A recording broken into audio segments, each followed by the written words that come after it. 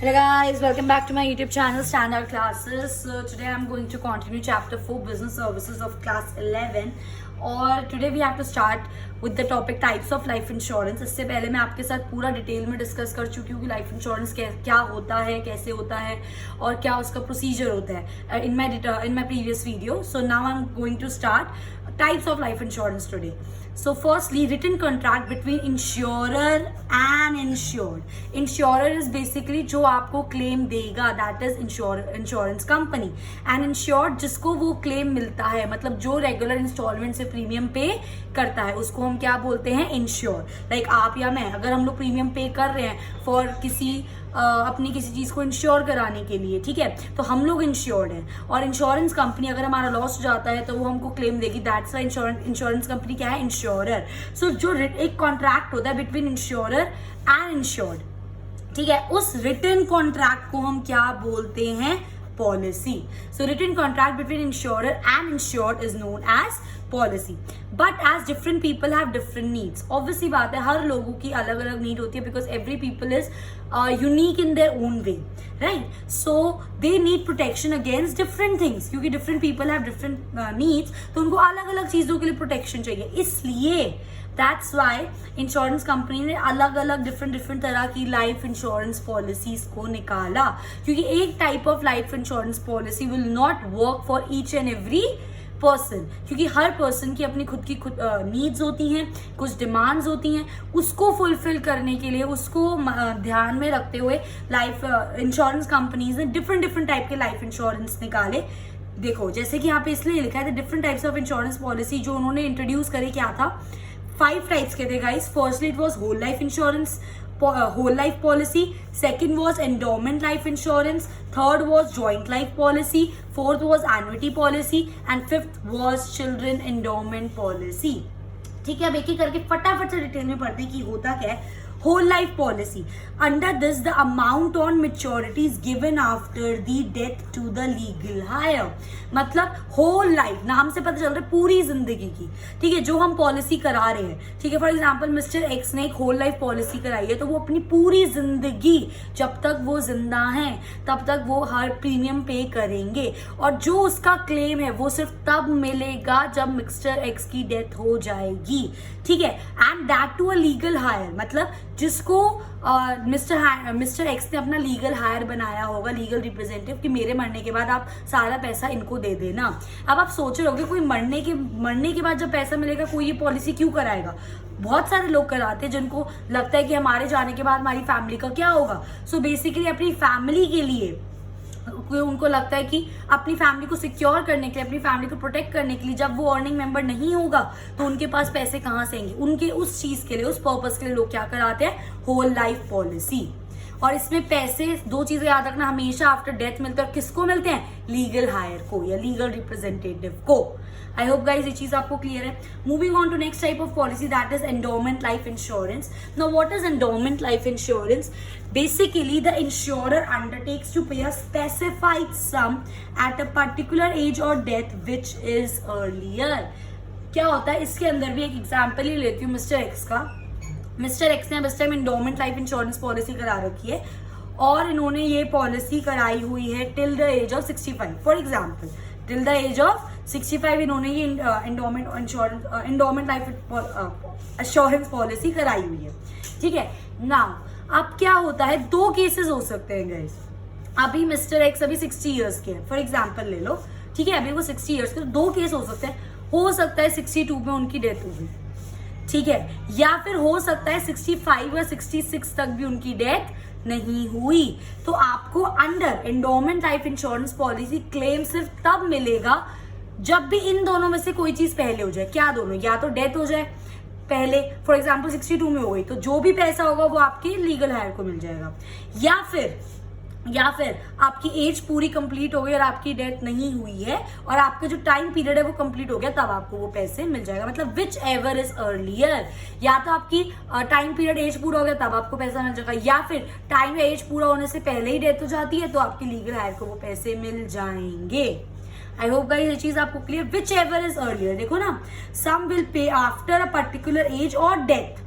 As हो गई या death, whichever is early, दोनों में से जो भी पहले होगा उसके हिसाब से उनको पैसे मिल जाएंगे। आई होप गाइस ये चीज आपको क्लियर है।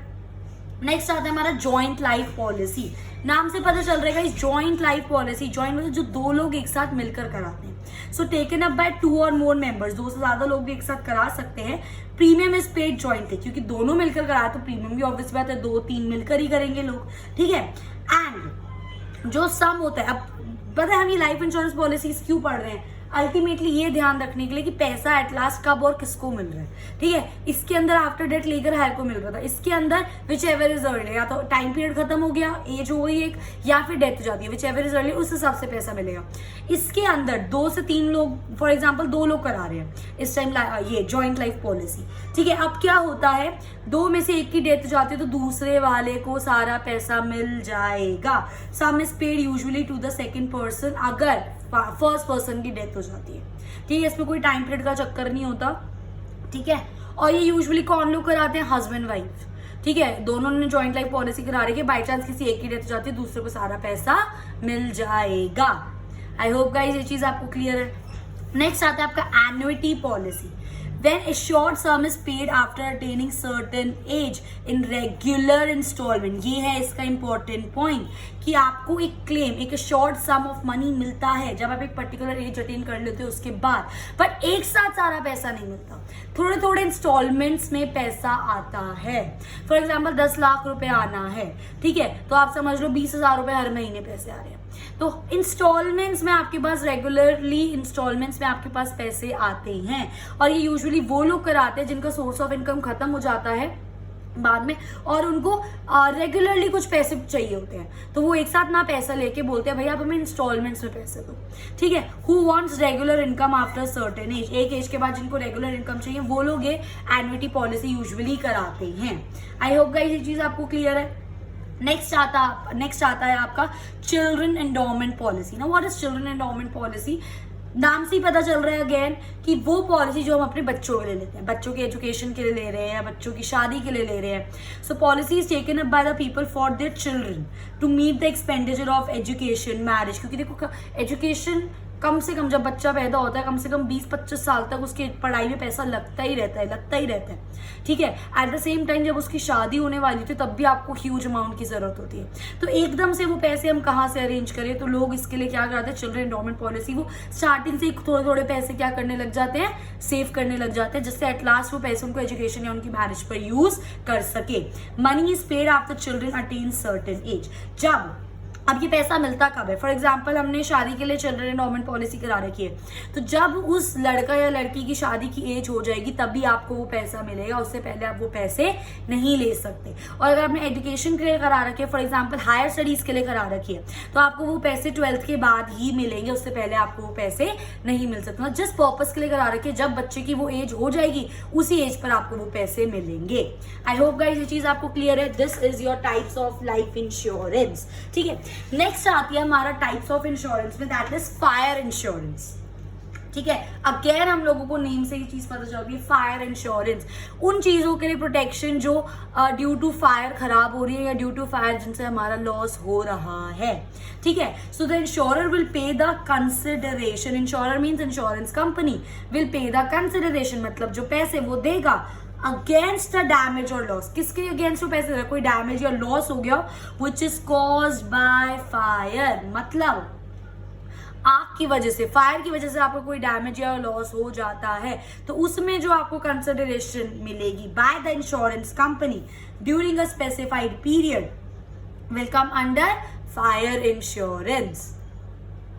आई होप गाइस ये चीज आपको क्लियर है, ठीक है। सो देसी भाषा में एक लाइन में वो जो डैमेज आपको फायर से हो जाता है उसके अगेंस्ट जो पैसे आपको इंश्योरेंस कंपनी देती है, that is fire insurance, clear, ठीक है। Up to the specified amount in the policy, मतलब जो पॉलिसी में अमाउंट लिखा है, policy is a written contract between insurer and insured, ठीक है, उसके बीच में जो अमाउंट आपके पास लिखा है उतने पैसे आपको मिल जाएंगे अगेंस्ट डैमेज और लॉस, पर शर्त यह है कि वो फायर से ही होना चाहिए, उसके अलावा उसका कोई भी कॉज होगा तो फायर इंश्योरेंस वाले उसके आपको पैसे नहीं देंगे। आई होप गाइस ये चीज आपको क्लियर है, ठीक है। अब देखो क्लेम आपको सिर्फ तभी मिलेगा, there must be actual loss, actually loss होना चाहिए। मतलब ये नहीं कि छोटा मोटा कुछ हो गया, आग लग गई, भाई आप पूरे उसके पैसे मांग रहे हो, नहीं, एक्चुअल में आपका लॉस होना चाहिए। And fire must be accidental not intentional. आपने जानबूझ के आग नहीं लगानी होनी चाहिए, इंटेंशनली नहीं होना चाहिए। एक्सीडेंटली आग लग गई और आपका एक्चुअली में लॉस हुआ है, दो चीजें,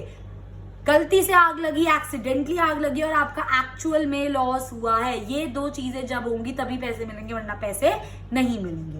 ठीक है, सो इसी बेस पर हमारे मेन एलिमेंट्स क्या हो गए फायर इंश्योरेंस के। Firstly, insurer must have insurable interest. ये सारे सेम आएंगे जब भी मैं लाइफ इंश्योरेंस के एलिमेंट्स की बात करूं, जब भी मैं फायर इंश्योरेंस के एलिमेंट्स की बात करूं, जब भी मैं मरीन इंश्योरेंस के एलिमेंट्स की बात करूं।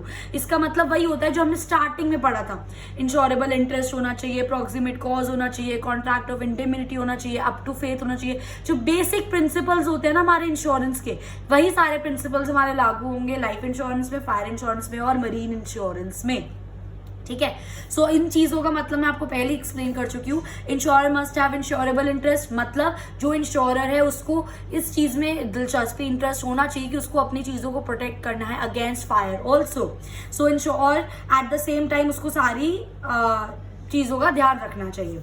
सो insurable interest must be present both at the time of insurance at the time of loss. Life insurance में क्या था, आपका इंश्योरेबल इंटरेस्ट स्टार्टिंग में प्रेजेंट होना चाहिए था कि हाँ भाई हमें अपनी लाइफ को प्रोटेक्ट करना है, हमारे बाद हमारी फैमिली का देखना है, जो भी चीज है। ठीक है, पर फायर इंश्योरेंस में इंश्योर का जो इंटरेस्ट है इंश्योर्ड का, वो स्टार्टिंग में भी होना चाहिए और eight the time of loss, दोनों में होना चाहिए। ये इसकी एक स्पेशल खास बात है, ये चीज आपकी लाइफ इंश्योरेंस में नहीं थी। So insurable interest must be present in both at the time of insurance, जब आप इंश्योरेंस कर तब भी, एंड जब आपका लॉस हो रहा है तब भी आप उसमें इंटरेस्टेड होने चाहिए कि हाँ मुझे अपनी चीजों को प्रोटेक्ट करना है अगेंस्ट फायर। नेक्स्ट आता है, it is a contract of utmost good faith. Again insurer and insured को एक दूसरे की बातों पे भरोसा होना चाहिए, उन दोनों को सारी बातें डिस्क्लोज करनी चाहिए, जो भी इंपॉर्टेंट इन्फॉर्मेशन एक दूसरे को बतानी चाहिए। That is full disclosure of information. It is a contract of indemnity. Indemnity का जब मैंने आपको प्रिंसिपल बताया था, मैंने आपको ये चीज बताई थी, कॉन्ट्रैक्ट ऑफ इंडेमिनिटी सिर्फ दो केस में होता है, that is fire and marine के केस में। लाइफ के केस में कॉन्ट्रैक्ट ऑफ इंडेमिनिटी नहीं होता, क्योंकि लाइफ के केस में जो एक्चुअल लॉस होता है गाइस वो जिंदगी का होता है। तो जो इंश्योरेंस कंपनी है वो इंसान को जिंदा तो नहीं कर सकती ना, उसके बदले में बस वो कॉम्पनसेशन दे सकती है, तो वो एक्चुअल लॉस को रिकवर नहीं कर पाए, इसलिए life insurance is not a indemnity contract. But fire से फॉर एग्जांपल फैक्ट्री का लॉस हो जाता है तो जितने का एक्चुअल लॉस होता है उतने पैसे आपको मिल जाएंगे। मरीन में फॉर एग्जांपल शिप का लॉस हो जाता है, जितने का लॉस होता है उतने पैसे आपको मिलेंगे, इसमें आपको एक्चुअल लॉस के पैसे मिल रहे हैं। That's why fire and marine are the contract of indemnity, क्योंकि उसमें एक्चुअल जो लॉस है उसका आपको कॉम्पनसेशन मिल रहा है। पर जिंदगी का जब लॉस होता है वो जिंदा नहीं कर सकते इंसान को, इसलिए life insurance is not a contract of indemnity. I hope guys ये चीज आपको क्लियर है। So it is a contract of indemnity, actual loss will be paid by the insurer, क्योंकि जो इंश्योरेंस कंपनी वो आपको एक्चुअल जितना लॉस उतना पैसे देगी, जिससे आपका लॉस रिकवर हो जाएगा। That's why it is a contract of indemnity. And loss should be approximate loss, मतलब जानबूझकर करा हुआ नहीं होना चाहिए, एक्सीडेंटली होना चाहिए, जेन्युइन लॉस होना चाहिए, तभी आपको पैसे मिलेंगे। आई होप गाइस ये चीज आपको क्लियर है। तो अभी हमने खत्म करा अपना fire insurance. Now next topic we have is are marine insurance. Marine means water, water से रिलेटेड कुछ भी चीजें। ठीक है, अब क्या होता है, marine insurance provide protection against the loss by a marine और पेरिल्स ऑफ सी। क्या होता है पेरिल्स बेसिकली गाइस, ध्यान से समझना। पेरिल्स इज बेसिकली, आपने देखा होगा ना, एक सी, एक समुद्र में ऐसे इंसिडेंट्स होते हैं। ठीक है, collision of ships with rocks. ठीक है, मतलब एक शिप पत्थर से टकरा गई, टाइटैनिक सबसे बेस्ट एग्जांपल मेरे माइंड में यही आता है। ठीक है, कोलिजन ऑफ शिप्स, अगेन आपका शिप का लॉस हो जाता है। ठीक है, शिप अटैक बाय एनिमीज, किसी डाकू वाले शिप ने आके आपकी शिप पर अटैक कर दिया। मूवीज में होता है, रियल में भी होता है ऐसा। ठीक है, then fire catch by ships due to action of crew और कैप्टन्स। क्रू मेंबर्स जो थे, कैप्टन्स जो थे, उनकी गलती की वजह से शिप में आग लग जाती है, अगेन आपका शिप का लॉस हो जाता है। सो ये सारे लॉसेस किसके अंडर रिकवर होंगे, मरीन इंश्योरेंस के अंदर। It will provide the protection against the loss bye marine, मतलब पानी के अंदर आपका शिप को कोई पत्थर से टकरा जाती है, किसी एनिमीज ने आके आपकी शिप पे अटैक कर दिया, आपकी शिप में आग लग जाती है, आपकी शिप में जो सामान है वो डिस्ट्रॉय हो जाता है, कुछ भी ऐसी चीज आपकी हो जाती है, तो you will get protection under marine insurance. Perils का मतलब यही होता है, पेरिल्स ऑफ सी मतलब मिस हैपनिंग, कुछ हो जाती है शिप के साथ, टकराना, एनिमीज का अटैक करना या फायर लग जाना।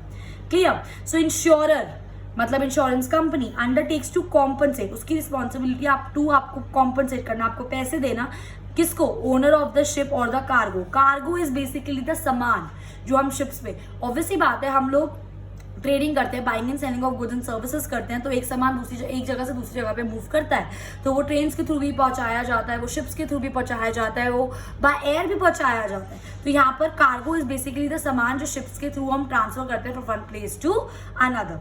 तो फॉर कंप्लीट और partial loss at a sea, तो मतलब इंश्योरेंस कंपनी की रिस्पॉन्सिबिलिटी है कि अगर आपके शिप को कोई नुकसान हो जाए, आपके सामान दैट इज कार्गो को कोई नुकसान हो जाता है ड्यूरिंग ट्रांसपोर्टेशन, तब उसका कॉम्पनसेशन या तो फुली कॉम्पनसेशन या तो आधा पार्शियल कॉम्पनसेशन आपको कौन देगा?